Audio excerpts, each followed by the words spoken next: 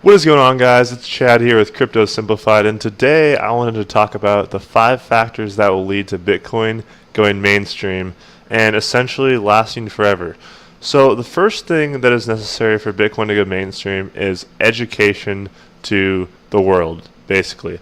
So Business Insider here, this is one of the news mediums that I use quite often. If we just type in the keyword Bitcoin and go through the articles here, it's interesting to see that most of the articles, at least the titles, just talk about Bitcoin hitting a new high, Bitcoin sinking, Bitcoin Cash going up, Bitcoin Cash is soaring, Bitcoin orders are exploding, Bitcoin is tumbling, Bitcoin is sliding. So it's interesting that with websites such as this that the general public would use, we also have CoinDesk, but CoinDesk is mainly used by people who are already into cryptocurrencies. Business Insider would tailor to people who aren't already into cryptocurrencies. They're more just the general public that's there for other articles, and they might stumble upon one like this. And one thing that people are missing is the education of what Bitcoin is, what's a cryptocurrency, what's the blockchain, why does it work, and why will it work in the future. So without these things, people just think of Bitcoin as a scam. They think about the Silk Road and what Bitcoin was used for in the early years mainly. They just think of it as some fake coin that's online on the internet that people use to buy drugs. And that's how a lot of people still see it today because of a lack of education.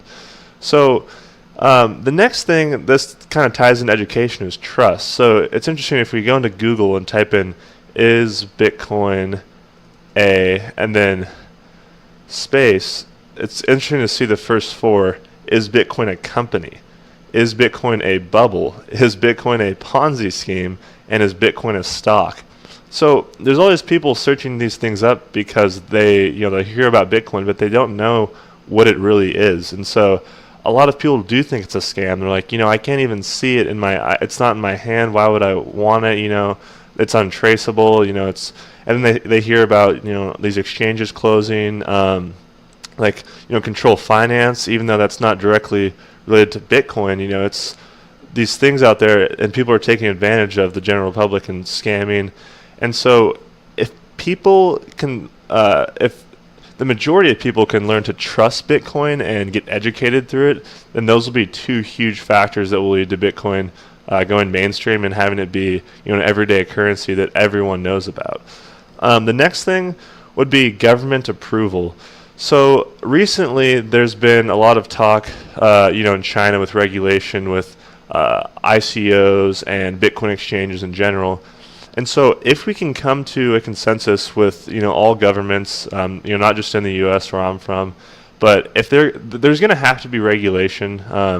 Eventually there's already some, but there's going to have to be more in order for this to be, an everyday currency that stores are accepting everywhere and everyone knows about. And so that's just something as people in the crypto industry have to understand that it's going to have to get regulated. And although we want to keep it as decentralized as possible, the government's not going to let it just, it's not going to be the wild, wild west. So that's something we have to accept. Next thing would be a decreased volatility. So, for example, I'm just going to go to the GDAX exchange. For those of you who don't know, this is a product of Coinbase.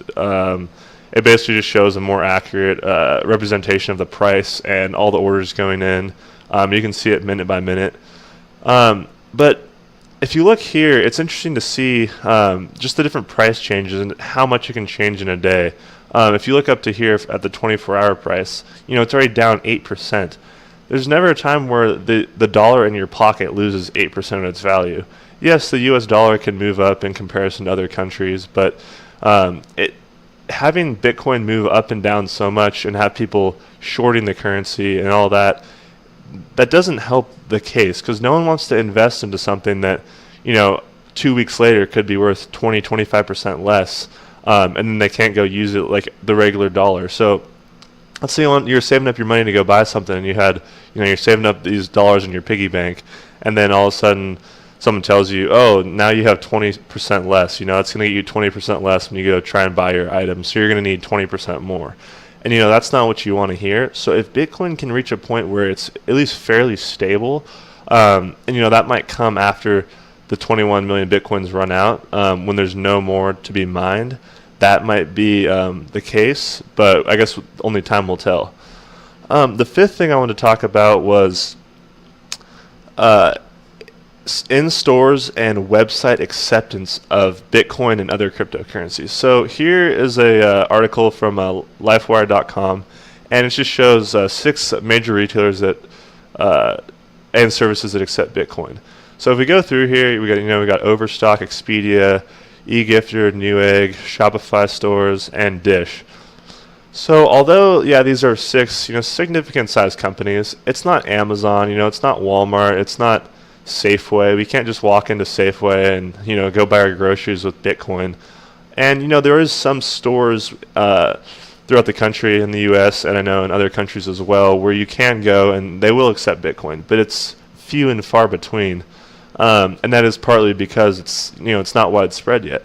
So although it is good progress that there are some major websites and some stores that do accept Bitcoin, it needs to be a lot more widespread. We need, like I said, Amazon accepting it. We need these big retailers where people go to checkout and they're like, whoa, there's Bitcoin. Because, Overstock, Expedia, I've never been on most of these websites. I know what most of them are. Dish Network, that's just a service they provide. It's not even, it's not like a product site like Overstock. But it's interesting to see what websites have already accepted it, but it's going to take a while for the real big ones to actually accept Bitcoin and set up a system for that. And that's a huge step to take. And it's hard to take that when most of the public is against Bitcoin. So that's what I have for you guys today. I just think Bitcoin it's such an interesting topic, and it's so new. And one thing I was thinking about is when my kids are coming around, and the next generation, this Bitcoin and cryptocurrency thing, it's going to be a regular thing for everyone. And so, my parents and grandparents, when they hear about Bitcoin, they're really skeptical about it because, they were skeptical about the internet. They were skeptical, like, I'm putting my credit card into this box and it's buying me.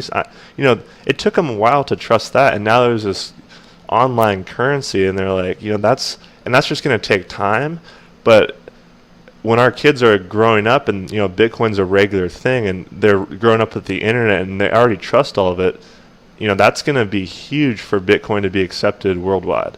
So that's what I have for you guys today. I really appreciate your time here.